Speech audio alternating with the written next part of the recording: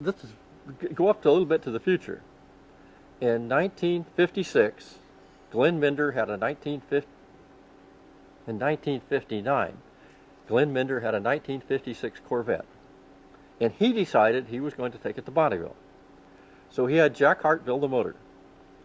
Then it had never been started. It had 697 carburetors on it, never been started, and we took it down right down the street from here to Catella Avenue, which was being built then, so the road was blocked off. It wasn't there yet.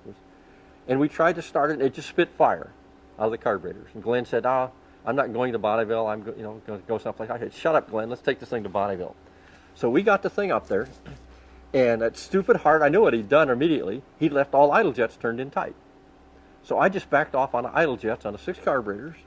Now, when you go to Bonneville on Sunday, nobody really races. The race starts on Monday. But you can run on Sunday, and a few cars ran. So we started, I said, Glenn, start the motor. It started and ran perfectly, idled perfectly. And I said, Glenn, why don't you just drive it through and see what you can do? So he took off, and he'd been drag racing. So he took off with a big roar and throwing salt. Everybody looked to see what happened, and it qualified for record. The first run the car was ever run, ever. We qualified for record 6 days out of 7, set the record 5 days out of 6. On about Wednesday, a guy named Gus Stallings in a Ferrari appeared to run for record. Now, to run for record, you must be on assault, ready to run at 7 o'clock in the morning. And so Gus Stallings out there, he wants to run for record. They said, no, you didn't qualify. He said, oh, yeah, here's the record from last year. Here's my speed. I qualified. They said, no, that Corvette broke the record yesterday.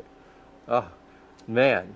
I would go into town, and there was only one hotel in town, and Gus Stallings and his 2 mechanics and his wife would be sitting at a table. She'd call me over, and Stallings would turn red. He would not speak. He just turned red. And so we won that year. We got both the trophies for the fastest time, and for winning, got 2 trophies. The next year we went back, and Gus Stallings comes running up to me and says, oh, hello, how are you? And I think, what did I do? He said, oh, I found a problem with the Ferrari. The clutch was slipping, so I sold it. Right? That year we ran against another Corvette from Mann Chevrolet. We had borrowed some Hilbert injectors that were belt-driven from Bob Herda. And we put them on, and the belt would slip. The thing would go to about 7,000 RPM, and the belt started slipping and run out of fuel and start missing. So after playing around with those for a couple of days, we put the carburetors back on, and we did qualify for record again.